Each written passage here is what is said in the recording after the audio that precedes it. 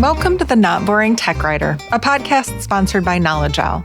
Together, we hear from other writers to explore writing concepts and strategies, deepen our tech writing skills, get inspired, and connect with our distinctly not boring tech writing community. If you are passionate about documentation, you belong here, no matter your job title or experience level. Welcome. Hello, lovely not boring tech writers. I'm Kate Mueller, and this is one of our solo episodes where I share things I'm thinking about or working on. I'm recording this episode in early June, right before the World Cup begins. So first, my progress update. In the last month, I spent most of my time prepping for and delivering 5 webinars on our Change Management Toolkit. I delivered these over the course of about 2.5 weeks. The first 4 covered steps in the framework and provided more detailed examples and explanations of how to work through those steps. And then the last one was just a fun little add-on that was a behind the scenes of how I built some of the, interactive elements or the graphical elements in the toolkit. I really loved prepping for these webinars, actually delivering the webinars, and we got some generally very positive feedback from attendees, especially those who attended the whole series. And the kind of mixed blessing of this was that prepping for them made me really review the toolkit with fresh eyes and helped me realize some places where it had gaps or it felt really repetitive or redundant. As the saying goes, there's no better way to figure something out than to have to teach it to someone else. And it definitely helped me figure some things out. And now that those webinars are done, I can return to creating a version of the toolkit that I can share with you, not just Knowledge Owl customers. And so hopefully one of these episodes, I can actually share that with you instead of continuing to tease you that it's coming. I promise. It will be a faster delivery than Apple's Siri upgrade, I hope. I've also been kicking around some ideas for more webinars or trainings for the rest of this year. And if any of these feel applicable to you rather than Knowledge Owl users specifically, I'll keep you posted on them. And I also continued to plug away at updating content to match our article editor redesign. That's my big project right now in the support knowledge base. And in the last month, I updated about 37 articles. Most of these updates were for our synced and shared articles, categories, and knowledge bases, although there were a few little one-offs too. And as I was making updates to the synced content especially, I realized that these were the pre-feature subcategories, content hierarchy, content types overhaul. So I also restructured the subcategory layout here to be more consistent with other places in the knowledge base. And through doing that, I realized we had some really obvious content gaps. So I also created 14 new articles to fill some of those gaps. In terms of my punchdown list, I think I have about 86 articles left in my original punchdown list for these editor layout changes. But as I've noticed with a lot of these, who knows how much restructuring or other work that will entail. It'll be an adventure. I'll keep you posted. But it does feel really good to be making slow and steady progress. And I don't feel the burning pressure of being behind on this because we are continuing to make updates to the new editor layout still. And so I am returning to some pages that I've already updated as we make additional updates.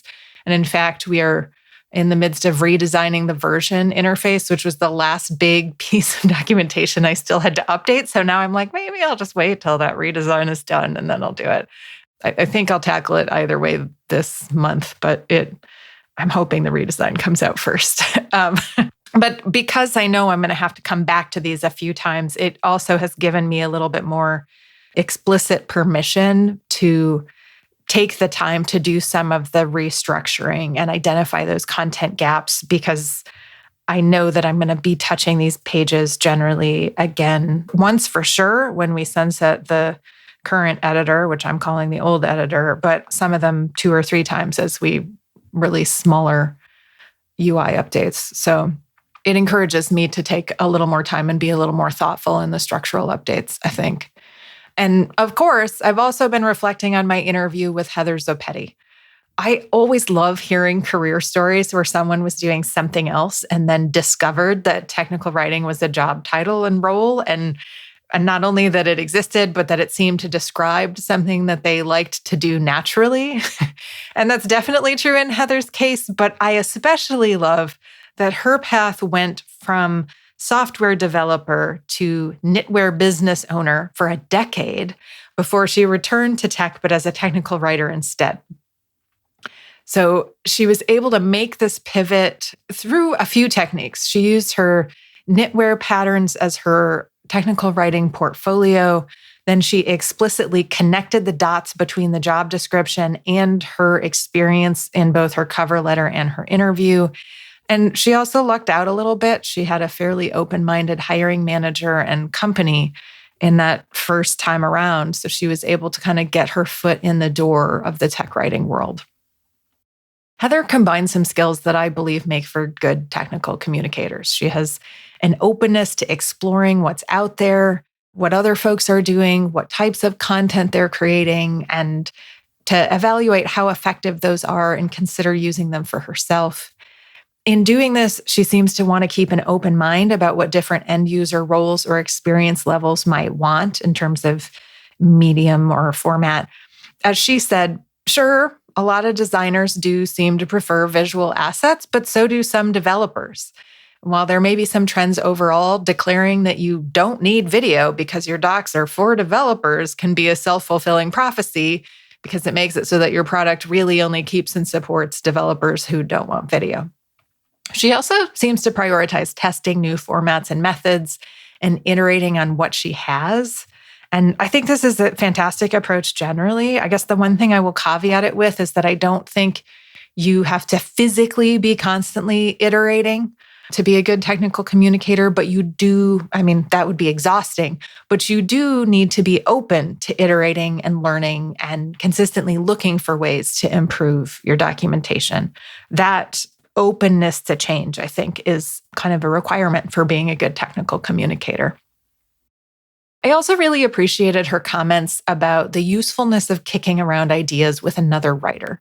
Heather has spent a lot of her tech writing career as a lone writer, but recently became one of two writers on her team. And she spoke really positively about the power of collaborating with someone else who's also living and working in this space, and mentioned that when she was a lone writer, Write the Doc Slack was part of how she filled that gap and need for collaborative feedback or input. And that broadly mirrors my own experiences. I've spent a lot of my career as a lone writer, but the times when I wasn't a lone writer gave me a bit more confidence in the choices I made. I learned new skills. I learned new ways to think about the problems facing me. I also just had somebody to bounce ideas off of. And while I'm generally still a lone writer now, I'm lucky to have some solid technical writing friends who I can bounce ideas off of, even though they don't work directly with me. And those moments have either helped me abandon bad ideas faster or flush out nuances I hadn't thought of, or make a decision between two very different approaches, or just generally feel more confident that the approach I'm taking makes sense. So, find your people, whether that's somebody in Write the Doc Slack, whether it's somebody you've connected with on LinkedIn or somebody you met at a conference and really hit it off with. For me, I have this ever deepening pool of previous guests whose expertise I also try to go back to, and most of them have shared their contact information on the show. So feel free to reach out to them if it feels like there's an overlap between what they're great at and what you need help on. Heather and I also talked about the variety of non-text forms that technical communication can take, including things like short form TikTok style videos, animated GIFs, audio podcasts like this one, live workshops, longer videos, and interactive Figma lessons. As Heather noted, some of these do require very different skill sets. And if you come from a traditional writing background, you might not be comfortable tackling all of them. But this is a place where having a varied background can be really useful. If you've had experience editing video or creating video content, or you've been a podcast guest, or, you just really like playing around with Photoshop to create animated things, like those experiences can all be brought to bear. And giving some thought to both the best ways to communicate the content and the media or methods that you have available can push all of us to be a little more creative in how we're creating and sharing materials. And in the end, I think the communication itself only benefits from that exploration. And that conversation kind of reminded me of how I tried out some different formats and elements in the Change Management Toolkit docs. The toolkit really presents a framework and then provides detailed examples and step-by-step guidance to walk you through it. And it's some of I think it is the longest form content in the support KB, the most tutorial type content in the support KB. And we didn't really have style guide for those kinds of pages. The one thing I knew was that I felt pretty adamant about each step in the framework being a single page. And as I was working on it, I wanted to provide detailed examples and scenarios. And I realized that that was creating this giant wall of text. And so just that giant wall of text prompted me to come up with, I want to add just like some little visual delights here and there, maybe some tabbed sections or expanding sections, some of those things. And I'm still kicking around maybe we'll add the recordings from the webinar series into the toolkit as well. I'm not sure yet. I wouldn't say there's a single best approach. I tried to get Heather to commit to that. And she was like, no, actually, a lot of it depends. But I think that's true. I like to try different things. And like Heather, I like to see kind of what feels like the best path forward or what my readers seem to respond to the best, rather than to just assume that a particular format is the way to go. In the last couple episodes, I've talked a lot about how good technical documentation helps reduce stress, whether that's stress for your readers or stress for your fellow contributors. But I really liked how Heather framed this more positively as giving someone else confidence to complete a task or try a thing or whatever. And I'm really trying to work to reframe it in my head this way too, because, removing something negative can be motivating. I think we all want to remove negative things from our lives, but providing something positive is in many ways way more motivating. So if we can remove stress and build confidence at the same time while clearly communicating potentially complicated things, that seems like a win on every level for everyone involved. And I think I personally find it a slightly more inspiring goal just because there's a slight qualitative distinction. So, for example, some documentation can be a bit confusing or outdated. And that documentation can technically still help your readers solve their problem. And because it helps solve the problem, you could argue that it removed stress. But because it was confusing or outdated, it might have required them to do some additional work in order to actually solve that. And that additional work, in essence, levels out or offsets whatever stress reduction you had. So the stress reduction goal here might not be as useful in this context because somebody did still, solve their problem, but they didn't feel as great about the way that they solved it. And it's fairly safe to say that confusing or outdated docs won't make your reader feel confident. They're not going to leave feeling amazing about that experience. So confidence building feels like a better aspiration to have for our documentation, even if it's harder to measure. But for me, I often like to keep that, overall goal or aspiration in my mind as I work on docs. And this feels like a more inspiring goal than just reducing stress. This episode is sponsored by Knowledge Owl, your team's next knowledge-based solution. You don't have to be a technical wizard to use Knowledge Owl. Our intuitive, robust features empower teammates of all feathers to spend more time on content and less time on administration. Learn more and sign up for a free 30-day trial at knowledgeowl.com. The other thing Heather's episode has had me reflecting on a lot is all the places that technical communication shows up in our lives. In the episode, we shared, a few very specific examples, things like medication instructions, pet care or child care instructions, and restaurant menus, especially subheading labels and specials inserts. Over the years, I've encountered a wide range of definitions for both technical communication and technical writing. Some folks use the terms interchangeably, some focus almost exclusively on writing, some, like Heather, lean into the fact that communication can take many forms that may not have much to do with writing. Some include nearly every form of professional or business communication. Some expect that the subject matter is technical or scientific in nature, especially documentation for hardware, software, infrastructure, and research. There's pick your flavor. There's a bunch of different definitions. But the common threads in most definitions include the idea of breaking down complex or technical details into smaller pieces, and the ultimate goal being to support or encourage someone to complete a specific action or task. So they are generally kind of inherently transactional in some way. We are expecting a reader to take action, and we're hoping that we get them to feel a certain way as they're taking that action, even if it's just that they, complete the thing or feel competent doing it. My own bias on this is that there's a whole wealth of types of technical communication out there. And by extension, there are a ton of folks who are technical communicators or technical writers who would never call themselves that.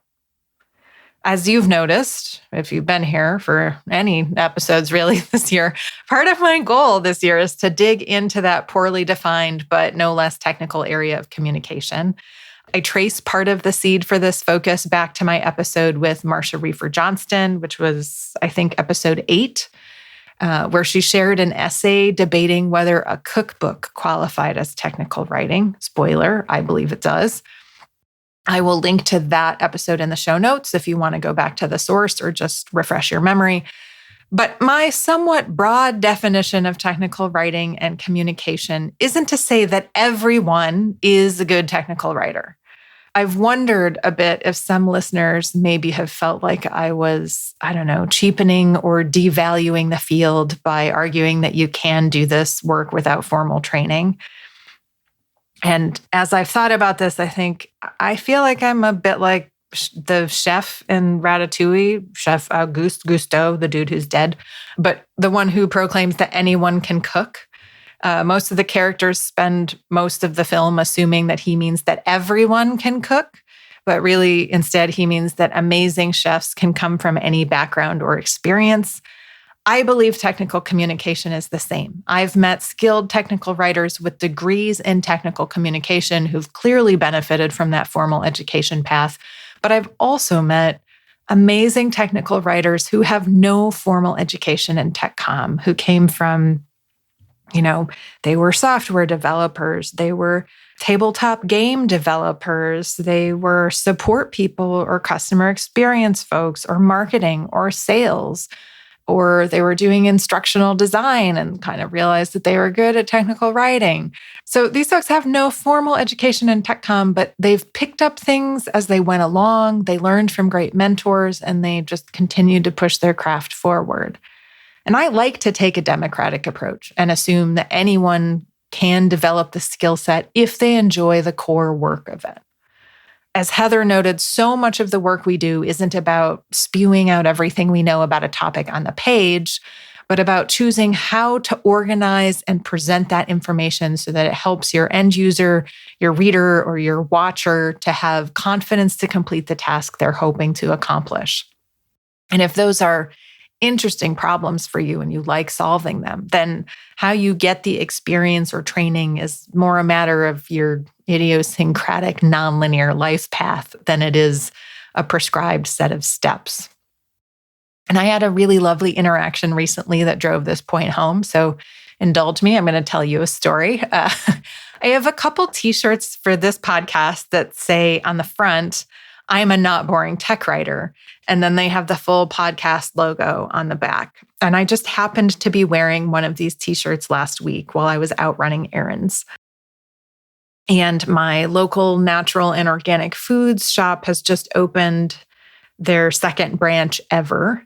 And I stopped in at that branch for the first time to kind of scope out what they had and to pick up a couple things and just to see, what the space was like and what was different. And when I went to check out, the gal behind the register read my shirt, and And she said, you're a not boring tech writer? I have to ask, what's that about? What does that mean? And so I explained to her that I host a podcast about technical writing, and we do 2 episodes a month. One's an interview and one's me reflecting. And usually this is about the point in the conversation where the person I'm talking to tries to find an elegant escape or change the subject.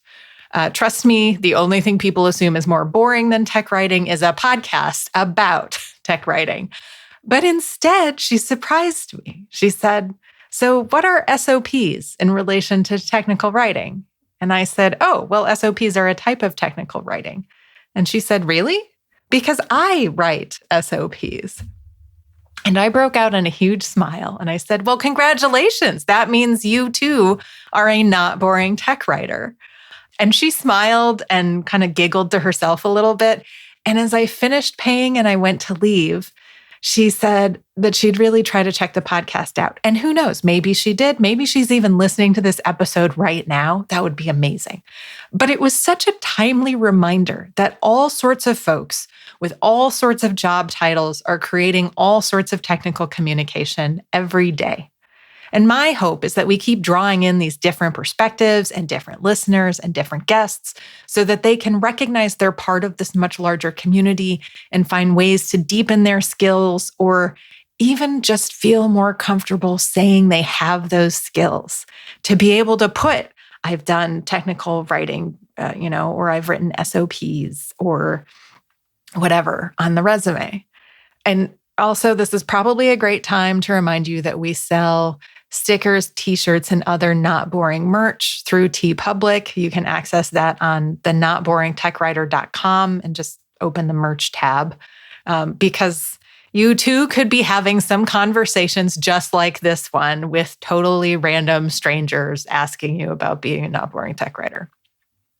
Anyway, all these interactions in the last month, my conversation with Heather, the Change Management Toolkit webinars, even my interaction with the SOP writing cashier, they've left me with a clear intention for this month, which is to continue to double down on being thoughtful about the formats and media I use to communicate the concepts I'm working on. And I don't expect to spend this month adding a ton of non-text resources into the Support KB. But what I am doing is I'm using my article editor content review as an excuse to add to my docs backlog. And I'm capturing a list of pages where additional resources or other formats or media types or methods would feel like they'd really improve the reader experience and more effectively communicate whatever concept or idea I'm trying to communicate. And my hope is that once I get through this round of the editor layout updates, I can start to tackle this list. But right now, it's mostly just aspirational. I just want to capture those ideas so that future me can come back to them. And so I hope you can join me this month in at least laying the groundwork for some future thoughtful non-text additions to your docs to make them a little more accessible to different learning types, maybe a little bit more engaging.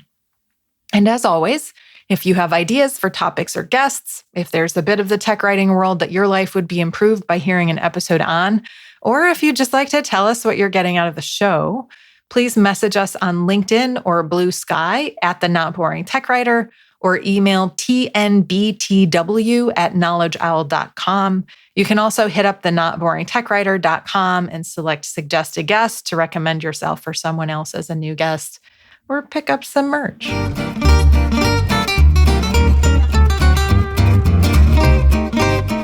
The Not Boring Tech Writer is co-produced by our podcast head of operations, Chad Timblin, and me. Post-production is handled by the lovely humans at Astronomic Audio, with editing by Dylan, transcription by Maddie, and general post-production support by Bean and Alex. Our theme song is by Brightside Studio. Our artwork is by Bill Netherlands. You can order the Not Boring Tech Writer t-shirts, stickers, mugs, and other merch from the merch tab on thenotboringtechwriter.com. You can check out Knowledge Owl's products at knowledgeowl.com. And if you want to work with me on docs, knowledge management coaching, or revamping an existing knowledge base, go to knowledgewithsass.com. That's knowledgewithsass.com. Until next time, I'm Kate Mueller, and you are the Not Boring Tech Writer.